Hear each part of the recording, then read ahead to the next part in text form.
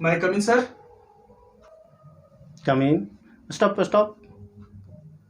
ये क्या है आपका? ये गूगल्स सॉरी सर। चश्मा पहन के आते हो, Sorry, कोई sir. डिसिप्लिन का मतलब नहीं समझते हो? डिसिप्लिन का मतलब समझते हो? सॉरी सर, आज पहली बार है ना सर, पहली इसलिए बार है। समझ में नहीं आ पाया सर। क्या नाम हुआ तुम्हारा? अक्षय कुमार सर। कहाँ से आए हो? हितलाक से सर। ओके, बैठ जाओ, सिट डाउन।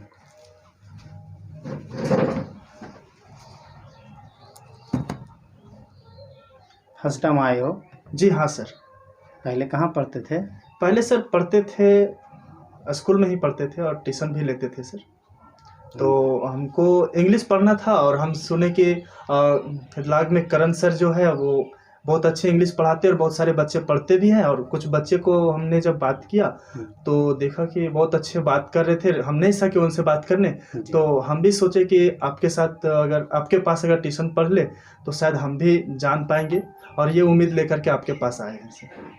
इंग्लिश सीखना चाहते हो? जी हाँ सर, इंग्लिश सीखना चाहते हैं। क्या क्या जानते हो इंग्लिश में? सर इंग्लिश में तो अभी कुछ नहीं जानते हैं, हमको सीखना है सर। सीखने का प्रयास किए थे बट पता नहीं चला कि हम कहाँ से शुरू करें, कैसे शुरू करें कि हम इंग्लिश सीख पाएंगे।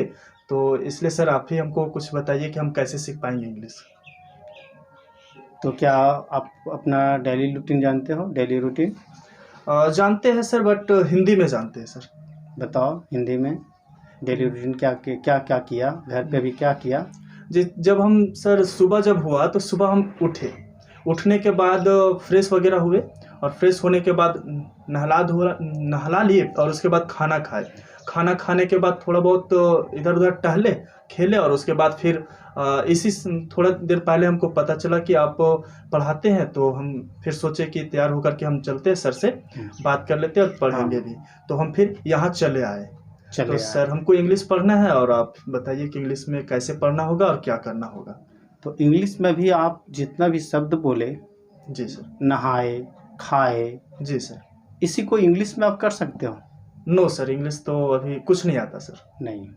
तो ठीक है, मैं ऐसी चीज़ को आपको अच्छी तरह से बताऊंगा, है ना? यस। और हमेशा डिसिप्लिन को मेंटेन करके यहाँ पे आना है। जी सर। ट्यूशन का मतलब ये नहीं कि आप कॉलर उल्टा रखे, कॉलर खड़ा रखे, चश्मा पहन के आए, आपको ऐसा नहीं आना है। वो बाहर धूप था ना सर, तो हम सोचे थोड़ा सा अपना बचाव के लिए। क्या अभी से आँख खराब होगी? ने आँख बचाने के लिए सर गूगल्स का प्रयोग कर लिए थे। चलिए ठीक है, ठीक है। तो आज मैं आपको टेंस बताऊंगा, है ना?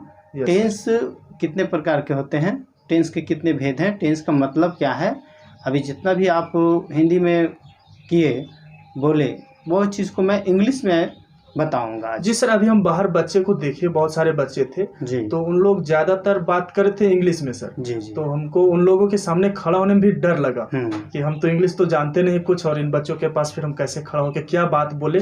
तो एक छोटा सा बच्चा हमको दिखा, तो हम केवल पूछे कि करण सर का ऑफिस कहाँ मिलेगा, तो उन्होंने ही रास्ता बताया सर, तो आ गए यहाँ पर। ठीक है, तो अभी मैं बताऊँगा, जो कुछ भी बताऊँगा, जैसे भी आज पास्ट, जैसे अभी जितना भी सेंटेंस आप बोले वो पास्ट इंडेफिनिट में है। अच्छा। मैं पीछे पढ़ा चुका हूँ, present indefinite tense, present continuous, ये सब पढ़ा चुका हूँ। अच्छा। आज मैं पास्ट टेंस पढ़ाने वाला हूँ, तो अभी सभी बच्चे के साथ आपको भी मैं पास्ट टेंस पढ़ाऊँगा। ठीक है? ठीक सर। ठीक, okay. Hi students, good morning. Today I will teach you past indefinite tense. तो आप सभी आज पास्ट इंडेफिनिट टेंस को अच्छी तरह से पढ़ेंगे, समझेंगे, और आप सभी वीडियो पर बने रहेंगे। आप कहीं वीडियो को रोक ना दें, इसलिए आप सभी से निवेदन है कि अगर आप अच्छी तरह से पढ़ना चाहते हैं तो आप सभी है सो वीडियो पे लास्ट तक बने रहेंगे। तो आइए, सबसे पहले आज का थॉट ऑफ द डे आप लोगों को मैं बताना चाहता हूँ। प्रत्येक दिन मैं एक थॉट पढ़ाता हूँ, तो आज मैं एक थॉट ऑफ द डे में लिखा हूँ कि attitudes is a reflection of character. Attitudes means प्रवृत्ति, आपका लक्षण, is a reflection of character.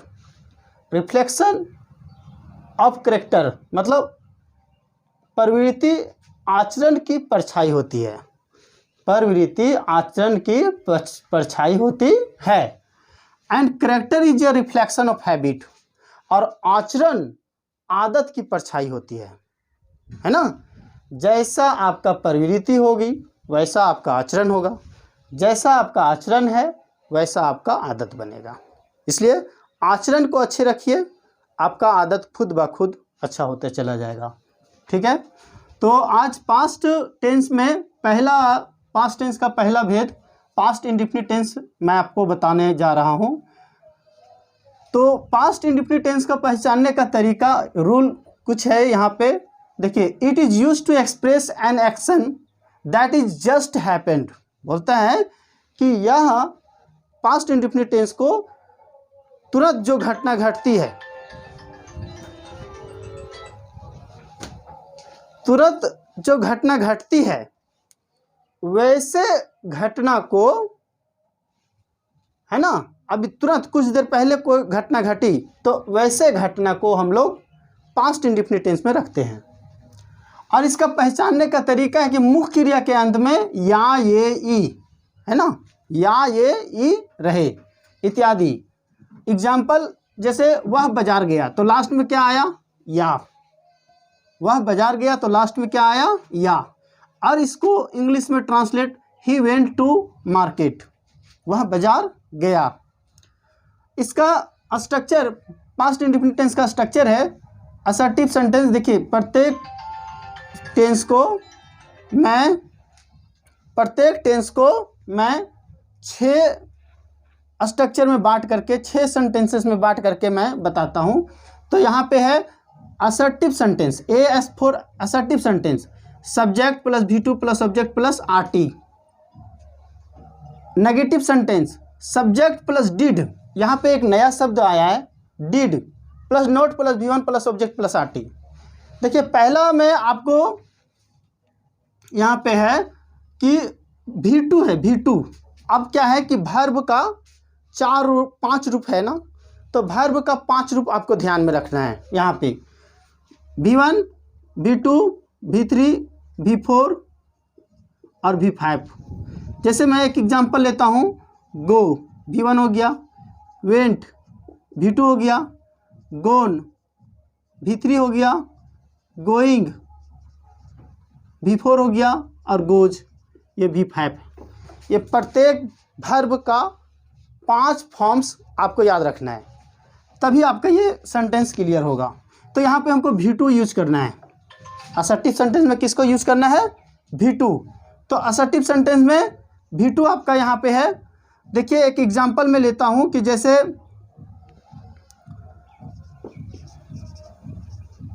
Rohan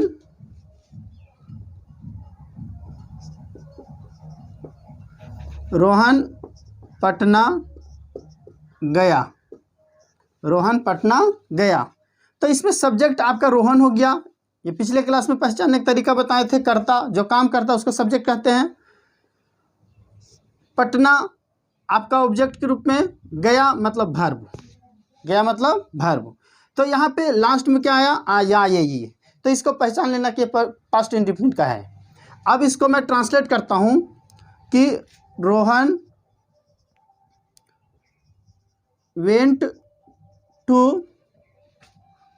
Patna, Rohan went to Patna. ये आपका असर्टिव हो गया। ये क्या हो गया आपका, असर्टिव।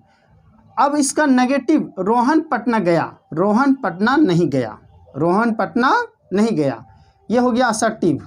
ये क्या हो गया, असर्टिव। अब ये नेगेटिव, रोहन, देखिए सब्जेक्ट क्या है यहाँ पे, सब्जेक्ट, उसके बाद क्या है, डिड, तो रोहन डिड।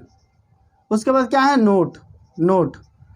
उसके बाद ऑब्जेक्ट है तो टू पटना,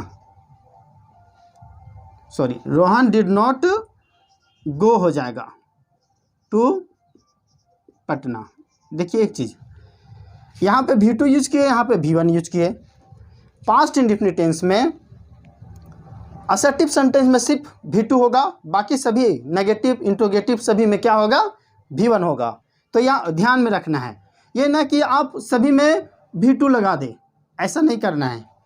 ये हो गया नेगेटिव सेंटेंस का। अब इंट्रोगेटिव असर्टिव सेंटेंस का स्ट्रक्चर क्या है, डिड। तो सबसे पहले इसके डिड को, जो यहाँ डिड रखे हुए हैं, ये डिड को बाहर कर देंगे, इंट्रोगेटिव असर्टिव में ये डिड को क्या करेंगे, बाहर में डिड रोहन, डिड हो गया, सब्जेक्ट है, सब्जेक्ट हो गया go to Patna, question mark देना है इसमें क्योंकि ये प्रश्न किया जा रहा है तो प्रश्न का साइन देना है। अब आप लोग को दिमाग में घूमता होगा कि डिड, तो डिड कहाँ लगेगा, तो सभी है ना, ही सी इट है ना, दे यू आई वी ऑल के साथ क्या लगेगा, आपका डिड ही लगेगा क्योंकि चूंकि यहाँ डिड ही लगता है। अब यहाँ पे दिमाग में घूमता कि यहाँ डिड क्यों लगाएं सर, देखिए और यहाँ पे V1 कर दिए तो देखिए डिड एक V2 है, डिड क्या है V2 है, तो V2 एक अगर वर्ब हेल्पिंग वर्ब अगर वर्ब V2 में लग गया तो बाकी सभी मेन वर्ब क्या हो जाता है V1, तो यहाँ पे V1 लगेगा। Did plus did Rohan go to Patna. अब यहाँ पे interrogative negative sentence, did Rohan not go to Patna, ये आपका हो गया इंट्रोगेटिव नेगेटिव। अब WH इंट्रोगेटिव, तो जैसे हम रोहन पटना गया तो रोहन कहाँ गया ऐसा पूछ सकते हैं, या रोहन पटना क्यों गया, तो ये आपका हिंदी में लिख नहीं रहा हूँ, तो WH इंट्रोगेटिव में क्या हो जाएगा, WH इंट्रोगेटिव असर्टिव में क्या हो जाएगा कि why did Rohan go to Patna, why did Rohan go to Patna, question mark, ये हो गया WH इंट्रोगेटिव असर्टिव। अब है WH interrogative negative sentence, why did Rohan not go to Patna. इस प्रकार मैं 6 सेंटेंसेस अभी बताया, पास्ट इंडेफिनिट टेंस का 6 सेंटेंसेस ये आपका है।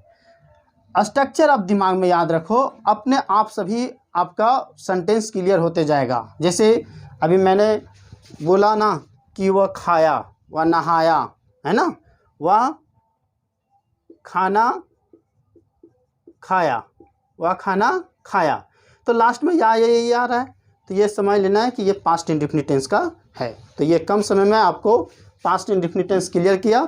जय हिंद आप सभी को।